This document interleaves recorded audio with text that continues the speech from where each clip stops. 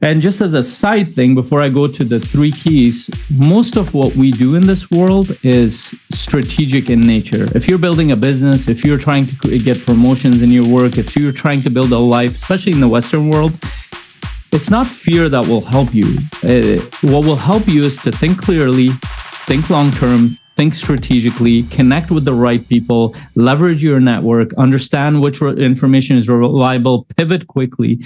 Those are the things that actually helps us move forward. That requires your prefrontal cortex, not your hindbrain.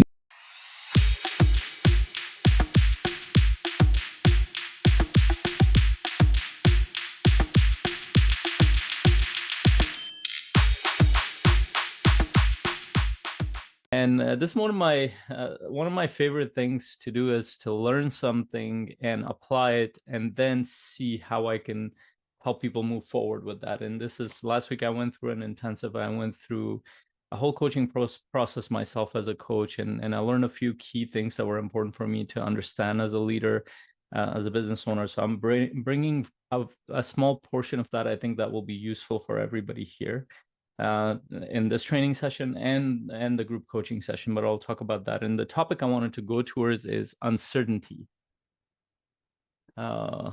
So the AI goes towards the face behind me whenever I do that, which is funny. So uncertainty, and really the point that I wanted to, the question that I wanted to answer is, what happens to our nervous system when there's uncertainty in our life? And part of the reason why I wanted to talk about this topic is partly because we all go through uncertainty in our life. Like we had a death in the family recently that came out of nowhere. We have a child born, even though that's predictable to some degree, but it's very unpredictable in another way. But there are also bigger uncertainties, like the economy is shifting quite a bit. The political climate in US and Canada is shifting quite a bit, maybe even the world because of US.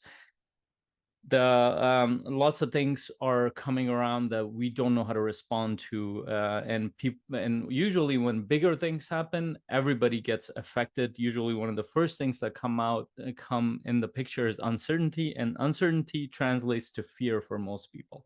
And if you guys don't know this, if you study the economy enough, you will know that it's driven by fear.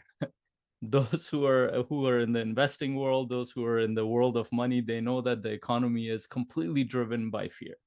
And also the political world is driven by fear. And so when uncertainty comes, most people, people who are there to manipulate, people who are there to take advantage of people, even people who are well-meaning, they're very aware that people react to fear, so they make sure they address that. But ultimately, our question here is, how do we as leaders deal with uncertainty? And that's the question I want to answer. And what is the effect of that on our nervous system, on our own system? And how do we deal with that, whether that challenge and uncertainty is in our personal life, or that challenges in the bigger picture, in the world we live in, the economy. And I'll also talk about 3 tips you can actually think through throughout the week that you can consider as a focus. Am I doing these things to deal with uncertainty in a better way? And we'll talk about the positive and negative side of uncertainty, because there is actually a positive side to it. So let's start with uncertainty, positive and negative. So we'll start with the negative first, then I'll go towards the positive. The negative side of uncertainty is the fear. And for most people, if you ask them, well, what are you afraid of? They'll be like, fear of the unknown. And there is such a thing, fear of not knowing what's going to happen, or they're projecting a bunch of stuff into the world based on what's happening. So the economy is not doing well. Oh my God, my business is going to crash. The political climate is unstable. Something is going to go wrong. And I think those things are actually, I think those are valid. Those are important. There is a part of our nervous system knows that whenever there's threat, I need to deal with it. Now, the problem happens when our nervous system goes out of control. The signaling mechanism is very intelligent, because when we see that there are problems out in the world or things that are unpredictable, our nervous system gets heightened, and it gets us to create an awareness, which, like, pay attention, what's happening. That's good. But here's where things go wrong. Things go wrong when people become inundated, overloaded, overwhelmed with all the external input that they're getting. And here's what technically happens. We've talked about this in different ways. before as well, but technically in your nervous system, what happens whenever you get an input, which is in this case, it's an external stimulus. So you watch a loved one talk about, oh my God, what's going to happen with the business world? Oh my God, my business just crashed, or we had the worst sales. Or you watch the news and something happens, but especially if they're closest people to you, you see their emotions, there's fear, and your nervous system in the normal way should react to that. If you're a human being, you will react with fear, or at least the first reaction is fear. What does that mean? That means that there's a biochemical reaction that's happening in your body that's signaling to your brain that there's threat. And threat requires your nervous system to either fight with that or run away or freeze in some way. That's just the most automatic system. We all have it in place. So what happens? And there's this book, if you guys haven't read it, if you're interested in this stuff, it's a little bit technical, but it's worth the read. Let me see if I can remember the exact name. The name of the author, I can never remember it, but the book is When the Body Keeps the Score. The Body Keeps the Score. I don't think there's any other book that way. It goes into the technical aspect, and the way they describe it is in this way.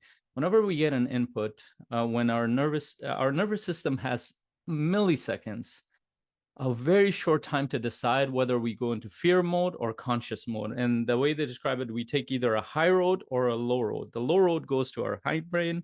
The high road goes to our prefrontal cortex. The low road means that your body gets taken over by the chemicals, by your own hormones, and you get tunnel vision.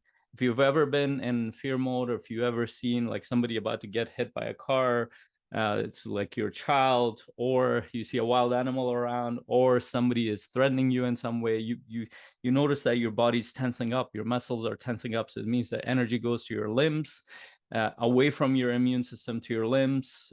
Your body heats up, your heart rate goes up, your breathing becomes shallow. This is a fear response. It's not just in your mind, it's a biochemical reaction in your body. That's a low road. That means your body's getting ready to deal with a threat, either towards you or towards those you're close to. The high road is, if you have trained your mind to do that, is to assess between what is a real threat or what is a threat that's made up in your head. Now, and this is where the key is, most of the threats in the modern world outside of physical dangers is made up by your mind, which means that if there's a big thing going on in the economy, if there's a big thing going on with the political climate, or even if there's a challenge going on in your relationships, in your business, your mind will make up scenarios that looks like it's fear. So to it looks like it's real. So in that sense, it could either take you to the fear mode, or it takes the high road, which means that your prefrontal cortex, your forefront frontal brain is active, which means that you get to actually analyze the situation. This is where thinking comes in.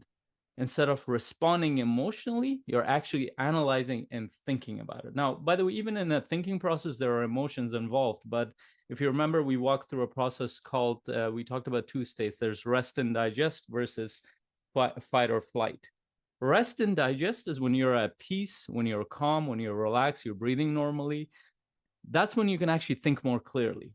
When you're in fight, freeze, flight response mode, that's when you can only react. It's very quick. It's our older part of our brain. It doesn't require a lot of time to react. Now, this is where the problem comes in. You're in an environment where you're constantly bombarded by all kinds of things out in the world, from news to other people around you, to you're watching businesses fail. I've had multiple businesses fail around me, loved ones. And then your conclusion is, oh my God, something's going to go wrong with my job, with my business, all that stuff. And then all of a sudden your body's taken over by the fight or flight mode. Now you can't think clearly. You notice this overwhelm. You notice this fog in your brain. You notice that you can't focus. You notice that you're finding yourself getting distracted more, or overeating, or doing all sorts of weird things in the background. What is happening? What is happening is that your nervous system just got hijacked by the external stimulus. You weren't aware of it. You haven't trained it enough to be aware. Now, the key here is most of what you hear out in the world is completely made up. The only real information, so for example, if I want to know about the economy, I need to go not to the news. I need to go towards people who are actually in business. I need to be part of communities of people running similar businesses as me, and they're putting out a lot of offers and data, and there's a lot of marketing going on, sales going on, and they're getting direct input from the marketplace. That is a much better data center than you going out in the news. I'm not saying not watch the news or read the news. I encourage read the news rather than watch. But the key is that you need to have a community around you that is getting direct input versus through secondary, tertiary, and multiple sources that have no credibility in the process, and they don't directly impact your business. They might be talking about hundreds of different businesses impacting differently. Or if you're in a job, your market. And of course, go look at the actual analysis that people and the experts in that industry, and use your mind to think through it. But here's the key. If your nervous system is overloaded, no matter what data people give you, what analysis, you're not going to think. You're just going to react to that. And that is the key. And that's the problem with uncertainty leading to fear. So your job, the key here is to train your nervous system to go towards something else. And that's the positive side. And that's what I want to talk about. That is resilience and, oh my goodness, resilience and curiosity. So that's the other side of uncertainty. One of the things that I've actually pushed back on when it comes to the world of personal development, mind and stuff. A lot of people think that we're overloaded with fear as human beings. Well, if somebody said, we easily get affected by fears. If somebody says that, they don't understand how human beings have evolved and have lived for thousands of years. If you really look at how human beings have lived as a species in different groups in different parts of the world, human beings in general are risk takers. Now, that doesn't mean every person is a risk taker. In general, as a group, we're risk takers. Now, think about it. We traveled around the world knowing that we used to think that we're going to fall off the earth. We dealt with all kinds of uncertainties like wild animals that we couldn't overpower. There was a time for that. We built technologies that we knew could destroy us. We still know. And some people might call it stupidity, which it might be to an extent, but we're also risk takers. We are shooting into space and trying to populate other planets. These are very risky things. All of them are uncertain. We don't know where that's going to lead us. Why do we do that stuff? Because there's a part of our brain that actually wants to expand. There's a part of our mind wants to expand. There's a part of our consciousness that actually is much more curious than it is afraid. And because most people have trained, or they've been trained in their environment to be fearful, they fall to the fear trap more. So the first step is train your mind to be curious. And then the second step, so what does that mean? And I won't go too much into detail around that, but curiosity is whenever you see something, ask yourself, well, what is interesting about this? How does this affect me? Rather than jumping to conclusions. Curiosity requires you to look at data. Curiosity requires you to keep an open mind about things. Curiosity requires you to ask questions about your own beliefs and internal assumptions. Curiosity requires you to dig deeper rather than just look at the surface of the information. So focus on the curiosity of your mind, just because it's just as powerful as the fear side of your mind.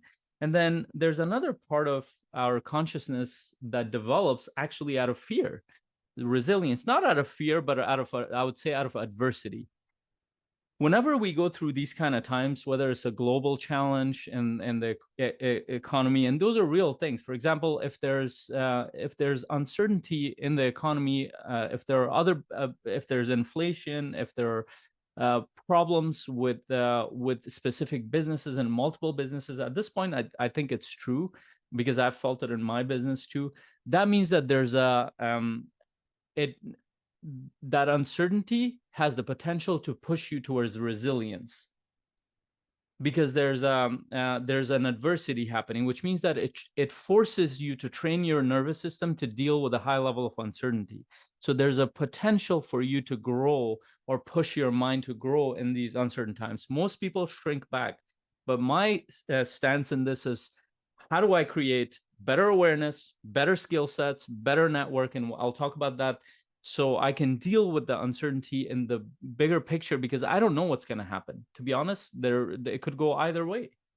it all depends on how I react to it or how my nervous system reacts to it. So it's also an opportunity for you to build resilience in your nervous system, which means resilience, I will define it in this case as your nervous system's ability to deal with adversity. And to your mind, this could, whether it's a personal challenge or a bigger economical challenge, it looks like adversity. How you deal with it and move through it trains your mind to be either curious and empowering itself, or something that goes towards fear, which means you shrink back and go in your corner. And just as a side thing, before I go to the 3 keys, most of what we do in this world is strategic in nature. If you're building a business, if you're trying to get promotions in your work, if you're trying to build a life, especially in the Western world, it's not fear that will help you. What will help you is to think clearly, think long-term, think strategically, connect with the right people, leverage your network, understand which information is reliable, pivot quickly. Those are the things that actually helps us move forward. That requires your prefrontal cortex, not your hindbrain, not your reactive side. And that's the part. So uncertainty can lead to fear, but it doesn't have to. You can train your mind to go towards curiosity and resilience. And then finally, and this is what we're going to go deeper on in our group coaching session, but there are 3 keys I want you to think about. And those are, I got to stop. I got to fix this camera business. Let me see. Yeah, I think this will work. Okay, so 3 keys. 1, bold decisions, your network, long-term versus short-term. What does that mean? So, and this is why I talked about resilience. When you build resilience, you tend to take bold actions that require calculated risk. So without risk, nothing is possible, especially if you're in the investing world, business world. There's nothing possible without that. And most of us are trained to be risk averse. So, which means that your actions that you're taking, you're overriding fear. That doesn't mean you're getting rid of it. You're overriding it. You're catching it, and you're not making decisions based on it. So you're making bold decisions. You've built a network that supports you with good information, but also supports you, just like this network, you hear better things about what's happening in the economy. You hear how people are dealing with it in a better way rather than the mass noise. And 95% of the people will be noise. Why? Because in these times, most people go towards fear. And if you listen to every person, every source, every person who spouts a version of that fear, you're going to shrink back. So you need the right network to support you. Do you have the right network at home and with your loved ones? Are they constantly fearful? Are they supportive? Or do they support you to get more relaxed and more strategic? Do they understand what you're doing? Do you have a network in the business world, in the work world? Are they supportive? If you don't have that, you're always going to revert back to isolation. Isolation as a human being leads to fear again. You're a social species. You need the right networks around you. Last one, long-term versus short-term. Most people will take the short-term pleasure versus long-term path. So there's an experiment that's been done with so many different groups, especially with children. If you give children two chocolates and say, if you want a chocolate now, you can have one. If you want 2 chocolates, you can have it tomorrow. Almost all of them will say, I want 2 chocolates tomorrow. But once the time for a decision, theoretically, that's what we'll say. The time for a decision, they'll always want the first chocolate. Adults are exactly like that, the 1 chocolate. Adults are exactly like that. If you tell them, if you work on this for 5 years, you'll make $1 million, or you can take 100,000 now. But they'll almost always pick the 100,000, even though in their mind, they're like, $1 million sounds much better because they have to wait. And this is why most people make short-term decisions, because our nervous system just has evolved to look at short-term pleasure. But we have the ability to train it to look at the long-term. This is why long-term visions, long-term strategies, long-term relationships tend to work much more useful on business and personal side. So are you a long-term thinker or short-term? Analyze, look at every part of your life. How do you think about things? In most instances, short-term thinking will lead towards pain long-term, versus long-term thinking will be hard in the beginning, but it will lead to a better outcome on the other side. I'll stop it at that. And really what I wanted to, and on the group coaching session, we're going to go through this assessment that I've gone through myself, and it was really powerful for me. Strategic uncertainty. We're going to go deeper into how you can leverage this uncertainty in your personal life and also in the bigger picture themes like global politics, economy, and all that stuff, business. How can you leverage it better than 95% of the people? I'm going to walk you through the assessment. We're going to work through it together, and we're going to go much deeper to figure out how do you fall there and where do you need to make improvements to grow better as a leader, as a business owner, as somebody who wants to grow and support others around them, their family, and those around them to grow. And one of the reasons why I wanted to do this session is because these are the things that we're dealing with. It might be personal challenges you're dealing with, but a lot of people are dealing with bigger, they're reacting to what's going on in the outside world as well. I'll leave it at that.